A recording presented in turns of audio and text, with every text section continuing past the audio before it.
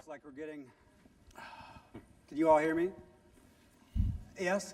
Looks like we're getting some folks in from lunch. Maybe we should start 5 minutes late because make sure we get the full crowd in. But before we get started, I wanted to thank everyone for coming out. I know this takes time out of your busy schedules. We're all professionals with jobs and families, and just very much appreciate what you're investing in your time with Pattern to be out here. But as Vic introduced the speakers, extremely honored to have you all join me on stage. I know you all are all personal friends. Some have traveled from Ireland and Seattle and New Jersey, so greatly appreciate that. So what we're going to dive into today is just what Vic said in the very beginning, how we navigate the consumer landscape and strategies for e-commerce success. Before I get started with our first question, I know we're all from various industries and the companies we're with. And I think it's important for all of us to know that regardless of the industry that we're in or the stage of maturity our business is at, we can all learn from one another and we can all help one another. So our intent is that this can be helpful in that regards to you, and you can apply some of these learnings back to your businesses. Okay, so we're going to start off. Dean, I'm going to go to you first. So Dean, how do you see omni-channel strategies evolving in response to the latest consumer behaviors? And what best practices can you share for integrating online and offline experiences? Yeah, thanks, Don. I think a couple of things. I think the one big thing that has really accelerated in the last sort of year is that retailers have become media owners. So you're seeing the likes of Walmart Connect, Target, and a lot of retailers either accelerating their retail media networks or investing in starting them up. So I sort of think you're going to see a lot more of that, where retailers are going to be media owners. The other thing you're going to see is media owners trying to be retailers. So I think what you're going to see, the likes of TikTok trying to do TikTok Shop, and a lot of other media owners wanting to get involved in the conversion experience. And I think the other big thing that I'm seeing a lot of is that specifically in an offline space is they're investing a lot more in digital media in-store. So there's going to be a lot more contextual digital media in-store. So in the UK market, which I'm pretty close to, we're seeing a lot of contextual media in-store at various parts of the store. And they're trying to tie this back as looking at that consumer as a holistic shopper. So can I serve them something on the website, but then can I fulfill the rest of the journey in store? And so I think in terms of best practices, I think what we all need to do is focus on that shopper as a holistic person, whether they're on store or whether they're in store, whether in an online space. How do we see them throughout those interactions? All of us are probably, I certainly do. When I go into stores, I pick out my phone and I tend to browse stuff, check prices, etc. So look at that consumer holistically, and then try and balance those different environments. So don't replicate what you do in online, offline. Have a differentiated experience that takes into account the unique properties that online can do, for example. Love that. Would anybody else like to add to that? Yeah, I mean, just one build on that is around how we're actually structured as well, because a lot of CPGs, their structure or their infrastructure is built for brick and mortar from a physical infrastructure point of view, but then also a capability and thinking point of view. So, how do you change your business processes and thinking to align for what Dean was referring to? And I think the key is around that consumer behavior. How do you get 2 to 3 levels down to really understand who your consumer is, rather than doing something, that solves an internal P&L, which is, a lot of CPGs fall into the trap of we mistake consumer experience for meeting internal requirements, and then work your way back from knowing what you need to solve for. So for us at Bayer, we have a number of different categories that we operate in, from pain, nutritionals, allergy, and the consumer experience is very different across each one of those. So how do we get super granular in understanding what those are, and then start to activate in the right way that's right for the shopper and the consumer? Yeah, it's quite interesting. So keeping the consumer at the core feels like a theme coming from both of you all. And if I could add to that, Don, so I think, AJ, that was awesome. I think as just to add to that, so understanding the shopper journey, understanding how they're engaging with their products is important, and then how do you then personalize the messaging, the product recommendations to that consumer. We see that really showing up in a big way for us. We really talk about life moments, so similar to AJ, as well as some of my colleagues on the stage. Vast portfolio, ton of different categories. We intercept people throughout lives and very different experiences for them, so it's leveraging data to figure out where they're at in that journey, and then how do you come to them with a kind of a holistic or personalized product solution is the way that we look at it. We've actually been able to do that, to flip product for a price to more of a solution-based offering that then kind of brings in multiple brands at the same time, and then we continue to reconnect with that consumer as they hit the various stages of those life moments. Yeah. And it's easier said than done, because even in that example, the reality is a lot of our structures are still focused around my brand, my customer, my targets, my budgets, as opposed to really looking at where that shopper's going and then pivoting resources and budgets to those areas. So I think, we've started to do that, but that's a big opportunity in terms of really how we approach the customer and consumer. Yeah, absolutely. I really think that there's kind of two ends that have changed a lot in consumer behavior. On the one side, it's never been easier or taken longer for a consumer to actually do research about the product they're purchasing. But we also know that that's not linear. You hop on your computer, you're looking at something, you go to a store, you look at something, especially in certain categories that have a longer consideration time. You just don't know when you're actually going to get a chance to get in front of that consumer. So you have to find a way to be there both in the online and the offline. On the other side of the coin, though, it's never been easier to drive an impulse buy. You never have had more data at your fingertips to show that this person is really close to making a purchase in the space. Maybe steal a purchase away from a competitor right there at the last mile.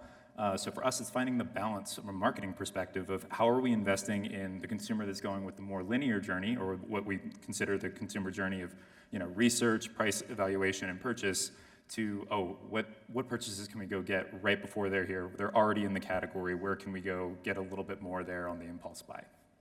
Yeah, that's a great point. I think as we move to the next question, you all did make me think, I do think that the future will bring a compression of time, not an elongation of time. And I think it's critical that businesses, all of you all in the room, all of us here, we have the capabilities needed to harness and synthesize data into insights so that we could take action. It's not simply enough to just have data and even have insights. It requires the trifecta of all the three. So, Peter, I wanted to move over to you.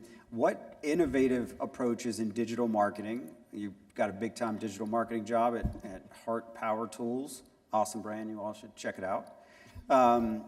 What innovative approaches in digital marketing do you find most exciting right now, and how do they shape the way you engage with customers? Well, I appreciate the plug, first and foremost. Yeah. So we are huge partners with Walmart. We sell exclusively through their stores. So what's really exciting to me right now in the retail space is kind of this retail media arms race that's kind of happening right now. And we alluded to it before, but everybody's trying to build the most robust retail media network that they can. And what that does is lead a lot of benefit to the capabilities for us. It's more data than ever before. It's more channels than ever before, and more attribution than ever before. So as somebody who's one of their primary KPIs is driving e-commerce penetration at Walmart, being able to now see, well, my digital impressions, my digital search impressions are leading to these sales in stores. It gives me a little bit more juice when I'm going back and saying, hey, we need to double down in our digital investment. We need to double down in e-commerce, because it's not isolated. It's not its own business. It's not its own P&L that it has no impact on the rest of the business. It's something that will positively impact the business at large. Now, the arms race does come at a cost, obviously, to these different retailers who are doing it. This is expensive stuff that they're doing. As they incorporate AI, they're incorporating all of these different features into it. But that literal cost does come down to each of the brands that are using these different retail media networks. Cost per click, CPM, it's never been higher than it is right now. So we're having to get a lot smarter about the true impact and defining what impact would actually look like in those different channels. So it's been great to have these different capabilities, but I will say it is an adjustment, and what we're considering benchmarks in 2023 are not our benchmarks anymore in 2024. And that speed of change it's normal for e-com, but it is always an adjustment for us to make. Anyone else want to add to that? Okay. Okay. I think one of the things too, just from that, you know, I think TTI being the parent company and you overseeing digital marketing for the Heart brand, such a big brand, you would some could assume that someone in your type of role maybe isn't in the details. They, you know, kind of ship that out and worry about the big picture. I think I'm hearing you say you are in the details. You have to be in the details, or you're going to lose. To your point, I mean, the arms race with retail media, you have to be in the details to win. I unfortunately don't. I think that the luxury of being able to look at something purely from a strategic standpoint, it goes away with how much access to information we have about what's really happening with your business in different channels. If you're not looking at that, or you're not plugged in, or at least plugged in with your team and being able to make those informed decisions, now you can't take that 30,000-foot view as easily anymore and be able to guide the right direction. It's just harder to see the different indicators now than it's ever been, just because things change faster. So. It's, the devil's in the details for sure. And, you know, it's not like I'm going in and setting bids on every search term that we're going for or anything like that. But understanding at a higher level of what it's telling us is definitely critical for me to be successful in my current role. Awesome. The only thing I'd add to that is around, it brings a whole new cost structure as well. So digital marketing versus 10 years ago, you know, there's a cost of just doing business and being always on. And if you were in the marketing department 10 years ago, these weren't costs that we had. So there's an element of how we budget to account for being always on that we've got to build into our processes as well when it comes to digital marketing, which is different to what it was. Yeah, and I think just to add to that, it's understanding where you want to win with what. You know, so like we can curate your assortment. There's obviously items that are very strategic to your brands and your business. There's also hero items that you want to go faster because they fuel everything that you want to do. What I would say just to the budgeting piece is like we go through just an audit every year of did the activity work, did it not work, how do we sit there and stretch the base money that we have, make it go further, really focus on those things that do matter, like I said, and then, you know, carve out some of the money to do some of those test and learn situations so you can iterate and try some of these other things. One of the, just a couple things I've seen, you know, other retailers do is the whole virtual reality piece, which as a consumer, I think is pretty cool. So whatever you're buying, actually being able to see that in your living room. If you're talking about apparel and things like that, like virtually trying it on, I think there are some really cool ways that retailers are changing the way that we shop. You don't have to actually physically go to the store like you used to. You're allowed to do some of these things, and I think a lot of them have very liberal return policies, so you can actually try some of this stuff, you know, before you decide to keep it. So I think those are just a couple cool things. Great. Wanted to switch gears. AJ, start with you. In what ways have your partnerships, like those with major online marketplaces or other platforms, been critical to your e-commerce success? Yeah, I mean, you know, we've been on a real journey, and I think, you know, to where we sort of started, which was, you know, just trying to play in e-com. I think, you know, this is a natural build from question number one, which was taking a step back and figure out what is the role of e-commerce and omnichannel within the overall organization. So what is all this laddering back up to? Because a lot of the times in CPG is that you have alignment here, and a big disconnect in the middle. So I think once you understand the role of the consumer and really understand the role that e-commerce has to play, everything else then starts to fall into place from a budget, resourcing, and partnership point of view.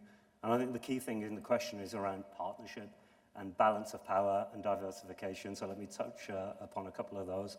I think, you know, once you understand that consumer journey and the roles of brands, you will very quickly start to understand who are those partners from is it a Walmart, is it an Amazon, is it a Target, is it a Kroger, is it a last mile delivery partner?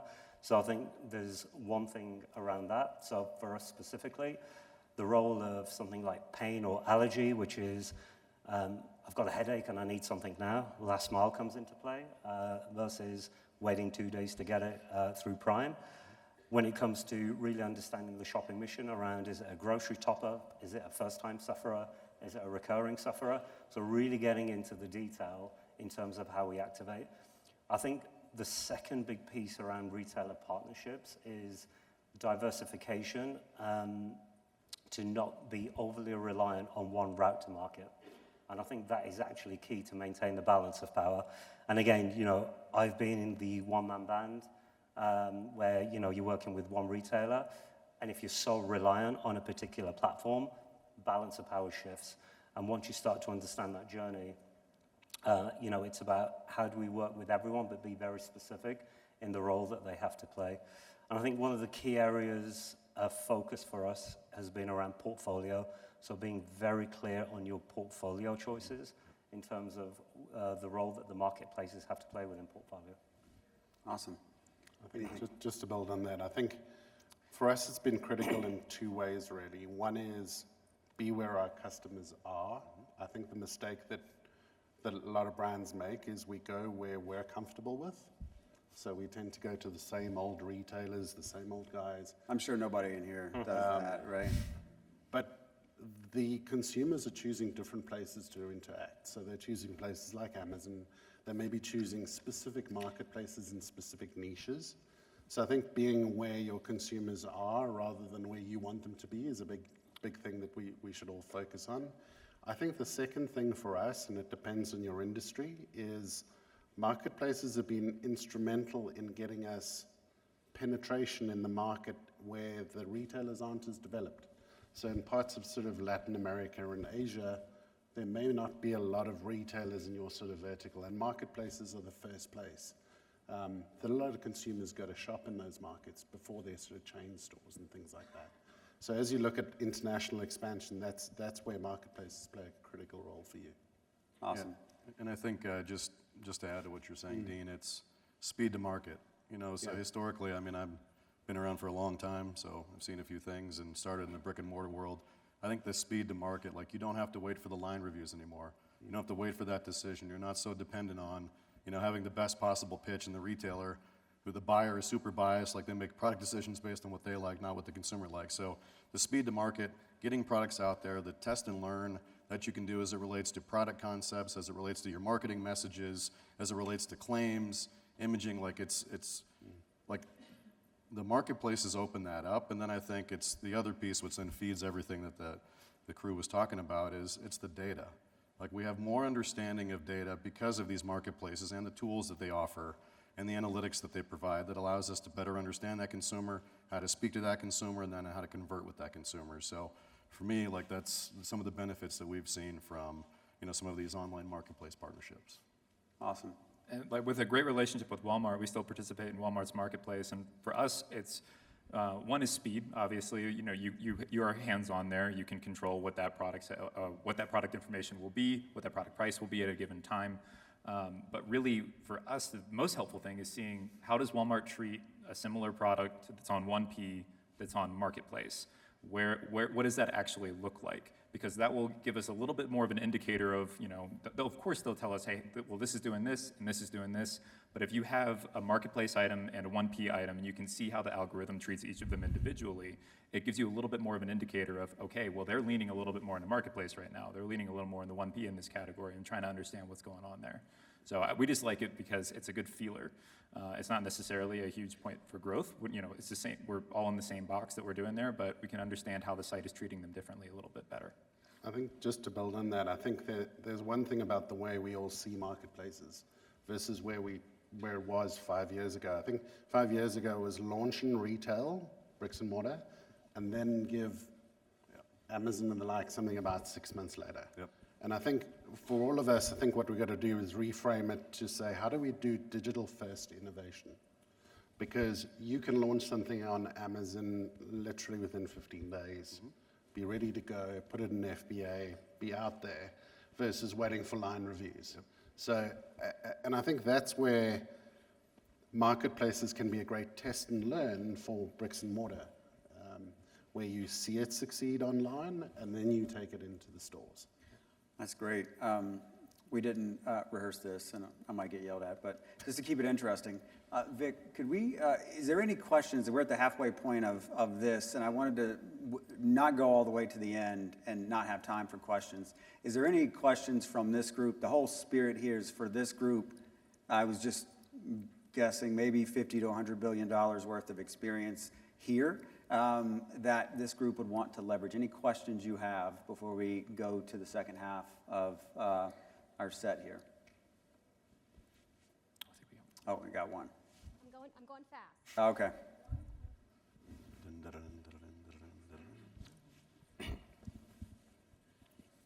Just trying to keep it engaging.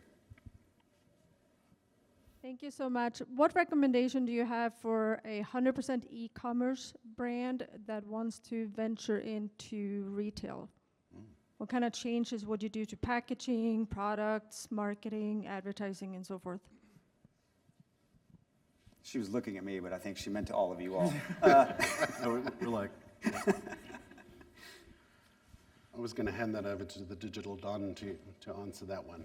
Yeah, no, I'm happy to. I think one of the things that, I've found in my experience, we've had digital-only businesses that I would say many retailers today are actually looking for those digital tests as proof of concept before they do any in-store, 100-store, 200-store type of test placement. So if it was me, advice would be take metrics and data to key retailers and say, hey, look, here's our value proposition, here's the KPIs, here's our velocities, here's the value we could bring and the problems we can solve, and you don't have to speculate on us. We know this works. Here's the data. That's a much different position to be in as opposed to, hey, we have a great product, we think it will work, we actually haven't seen any real results yet, take a bet on us. That typically doesn't work. We're seeing a big shift towards that. So if you take the vitamins category, for example, it's an uber competitive category with so many players out there. And a number of digital native brands have gained big successes by taking it pure D2C or pure online into retail. And from a retailer point of view, you've got a lot of equity from a ratings and review point of view. You've got proven sales. So rather than being hypothetical, you're going in with actual sales numbers, actual volume numbers, and the things that consumers love about your brand. It becomes an easier sort of sell versus somebody that's coming in with a new concept, especially when retailers are now competing for limited space. So there's a lot of equity that you could use as an advantage going in with existing brands. Now, when it comes to things like packaging, etc., it's slightly a different ballgame. A particular shade of purple doesn't really matter online, but it may matter in store. So there's probably things that you have to do to service the consumer in store. But use the equity that you have. It's a much more compelling selling story when you take everything as one. Any other questions? and can I add Yeah, to that real quick? you definitely So can. just Well, really quick, you guys just let me fall on the grenade, but now you're jumping in. I mean, we're like, let's see what. No, so I think it was a great question. So a couple things that both Don and AJ said is, you can take the shopper and the shopper profile and then overlay that with the retailer that you're trying to get that in-store placement and show them that they're actually missing out on an opportunity because there is an online consumer that actually aligns with their in-store consumer. The really cool thing that I love about just the online space, you can test all the messaging. You can test some of those packaging concepts and just the claims and everything else online. It's a living, breathing focus group. So you can actually get packaging to a better place, before you even launch it just by leveraging your 100% e-com business today. Another question? Hi. So I have a question about the marketing budget. So you talked about sort of how it's changed over the last couple of years and how now the digital marketing is really also driving in-store business, which I get. If you look at your marketing budget, let's say 3 years ago or 5 years ago, compared to today, how much of an increase are you seeing as a penetration? And then secondly, it would be, where are the cuts coming from in the organization? You guys want me to jump on this one again or no? No, I can start from a focus point of view because I'd answer it, Claudia. It includes sort of retail media. To be frank, budgets aren't getting any bigger, but we're getting more laser focused on the choices that we're making to go after. And some of this lines up to, where do we place our bets based on where the consumer's going? And there's some tough choices to be made. So, we've implemented our sort of new way of working, which is called dynamic shared ownership. And that's about speed of decision making, but getting really, really clear on where we're making our bets as opposed to trying to play everywhere and not moving the needle. And actually, once we've forced those choices at the top, the resources and budgets are then allocated to those choices. So the things that we're working on all ladder back up into these, macro business organizational focus areas. In terms of then carving up the budgets, it's funny, we have different levels of capability and understanding across this space. So, we've built up skill capability to really understand, what proportion is digital marketing, media, and we try not to look at things as individual areas, but one overall plan. And there's a commercial plan, there's a marketing plan, there's a retail media plan, but we try to go sort of end to end. But the reality is we're all competing for the same budgets. Every retailer, every marketplace will be very demanding. I think we've got to go back to basics and be super clear on where we're going and the choices that we're making. And it does lead to some difficult conversations internally and also externally. I mean, just to build on that, it's also about holding your partners to account. So if the retailers aren't giving you the data that you need to make those better decisions, be very clear with them that I can't keep on funding you if the attribution is bad. Several retailers we've worked with used to look at the attribution, you go, that can't be right.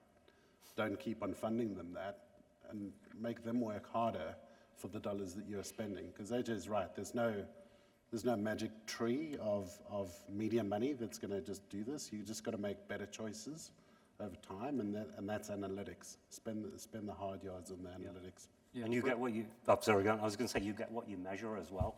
So being very specific on how you measure these things from a KPI perspective, because, ultimately, yes, we want to drive conversion, we want to sort of drive sales, but actually if it's a new brand that we want to build awareness, for example, and penetration, we'll have very different metrics that will require very different investment strategies in order to get there. So look at the overall thing of what we're trying to do as well, because that then impacts how we just budget, rather than having, here's a ROI measure and we're holding everything account to this ROI measure. You've got to be super nuanced in how you do it. Yeah, I do think digital budget should grow as the digital business is growing, right? If that is growing, it's something that should be invested in. I think one thing that we fall into is we'll look at a budget last year and then look at the same budget this year, and we count those dollars as the same when they're not. If a click is going to cost 20% more, then I have 20% less budget. And so if you want to grow the business, you need to not just match what that is plus X, you need to actually factor in what the cost of doing business will be from that digital standpoint. Now, in terms of budget allocation, obviously don't know how you guys look at marketing budget from like national media, retail media. Amazon's usually broken out, D2C will get broken out. Like there's 100 different ways to structure an e-commerce organization and look at a total marketing budget. But our kind of mantra has always been chase performance. If you're measuring something and you see something that's working over here, regardless of what's going on in X channel, if it's underperforming, great, scale it back and get it to perform better before you put more dollars into it. Just putting more money into it, it's not going to give you better results automatically. Yep. So whatever channel is working the best is where we lean to. And that's not just looking at retailers, that's inside of Walmart Connect. We do that with every single thing that we touch, every activation that they have. We want to see, okay, where is this trending? Where is this going the right direction? This isn't scaling the right way. We're going to put a cap on how much we're investing in this tactic specifically, and we're going to go try to over-invest in a different tactic that we think has more scalability. So it's obviously a complex answer, but the simple distillation is chase the performance. One thing I would also say, Claudia, because I do know you, and I know you, direct answer. I'll send you a report. I don't know if I can email it to everybody, but I don't know how I do that, but a lot of dollars are moving from national media budgets and shopper budgets to fund the increases in retail media. Reducing trade dollars typically doesn't work so well when you're trying to grow your brand, but not to say that you can't go down that path, which I think we have in our history together. So, Yeah. any other questions before we go back to our last two?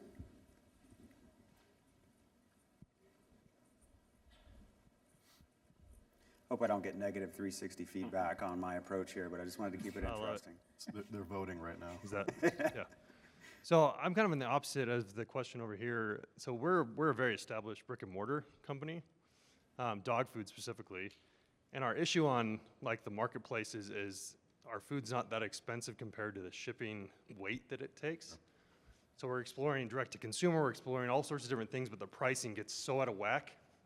So I'd love to hear any advice you have on that, because it's very challenging to go into like an Amazon and FBA when you have to sell it for $20, $30 more than you do in a retail store. And how do you convince consumers to do that when it's so dramatic and it doesn't leave a great taste in their mouth when that's their first experience with you? Yeah, I think it's an interesting one. We actually, in my previous role, we actually launched a brand which was digitally native. And being an FMCG company, CPG company, we had our product people start developing it the way they normally develop it. So it was a food product that developed bowls of things because you're aiming for shelf standout. Okay. And as soon as we put that through a network and realized that we had to courier it to somebody, everything fell apart because the dimensions just didn't work. It meant that we needed a box. The box took up so much space, and everything didn't work. So we actually went down to 3 months of development and then stopped all development. And the way we restarted the development was start with the end in mind and work backwards. So if I need to send something and it's going to be online and I'm doing D2C, can I start, let's say it's a protein powder, you may do a normal pack like that, but can I make it compact? Can I vacuum seal it? Can I do whatever it does to reduce the footprint?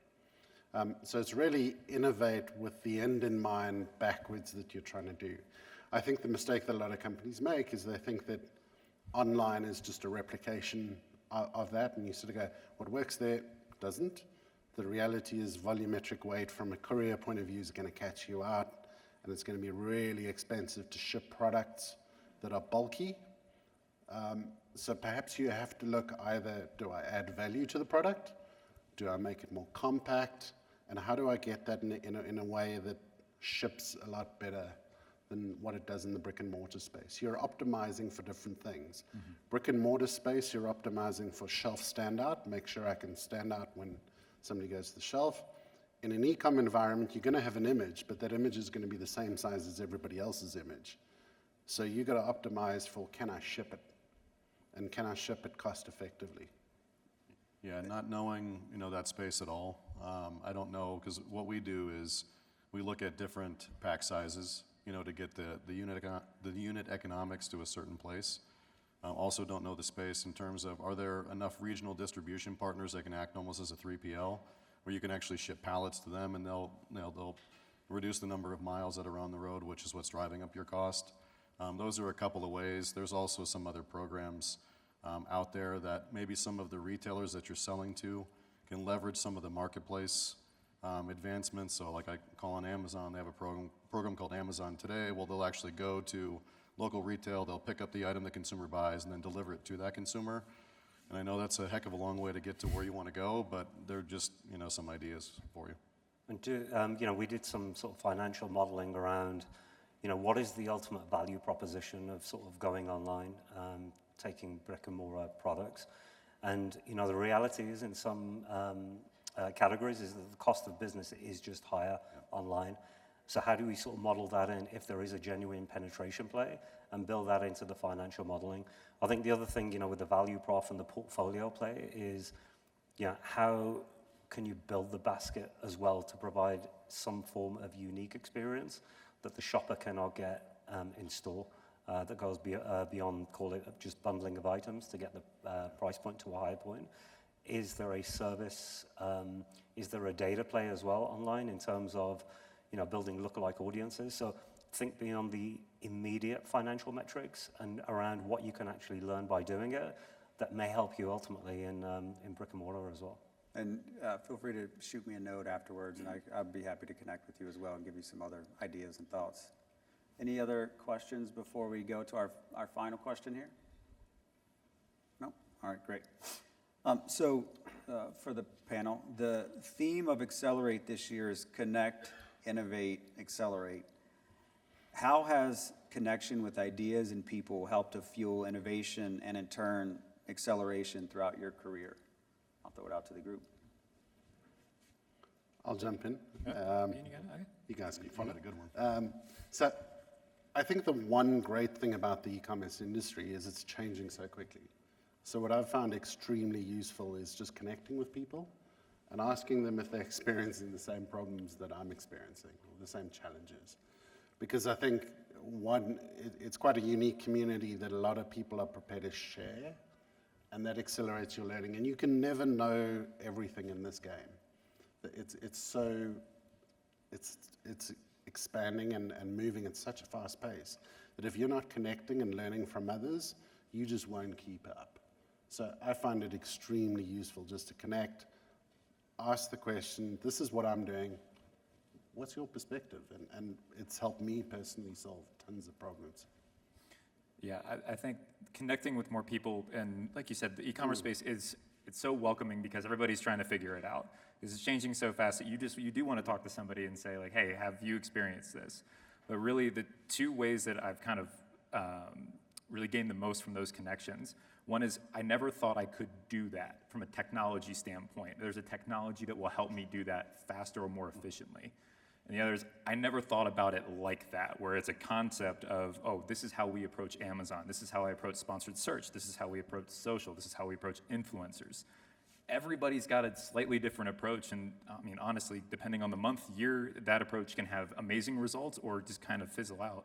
And so that's been a really fun way to be able to connect from. Technology is really working with different partners and like, oh, we have a solution for you, and finding those different connections is always wonderful. But the conceptual one of like challenging, am I approaching search on Walmart.com the right way? Am I approaching Facebook the right way with how it's behaving right now? Like somebody in a completely different sector could have learned something that I can leverage in my world.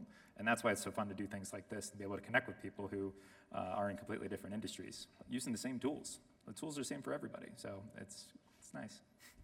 And I think I mentioned it before, it's, so you talked about it, you get to a better product or process by including more people. I think you also move quicker, especially if you get the right cross-functional people or the expertise that you talked about. And I think for me, it also creates ownership of that idea, that concept, that product with that group.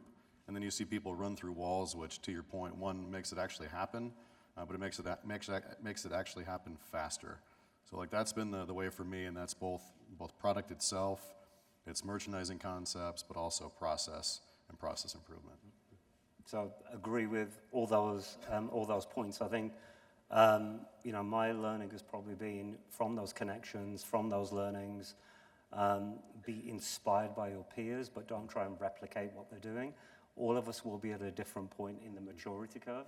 And just because there's a particular structure out there, it doesn't necessarily mean that those roles will work in your organization. But take inspiration, take all those learnings, and figure out what are the specific areas that fit within your organization and your goals. And I think that's where the magic happens. And I think, across my career, be it the UK, the Europe, and now running North America, it's these connections. Like you'll find it's a very small community, and everybody's willing to sort of help. We've all been in various different spots across that maturity curve, from the one-man band to like leading bigger teams, to being integrated, to being siloed, to being a separate team. There's a wealth of knowledge out there, and you'll find that everyone is more than willing to share. I suppose the other thing is probably my wife. I mean, I learn a lot from her. Like she's Chinese, and she constantly tells me how out of date my thinking is when it comes to sort of technological advancements and technology. So just as, when I think I'm sort of ahead in my thinking, she'll just tell me how out of date I am when you compare it to the East. So broaden the horizons when it comes to learning from what other markets and other regions are doing, because some of those trends are coming our way very quickly. Love it. Anything you would add, Dean? All good. So there's one final question, I'm going to go, Peter, over to you. We have 5 minutes left. I know you've actually taken on additional responsibility in your role. I believe you were telling me the other day. Could you share, and I'm sure that the teams are dealing with this as their teams are evolving, Could you share some insights into your ways of working and how you maintain an effective operating cadence with such the rapid changes in e-commerce? Yeah, I think that everything changes so fast. You talk macroeconomics, you talk e-commerce in general, you talk even individual business needs. All of those things are changing pretty rapidly. What we've found is the most effective way of actually working with our team to empower them to do it, and I think we talked a little bit about it in the CEO address to kind of kick us off this morning, is get out of their way. Give them a single direction where you need them to go, and let performance marketers be performance marketers.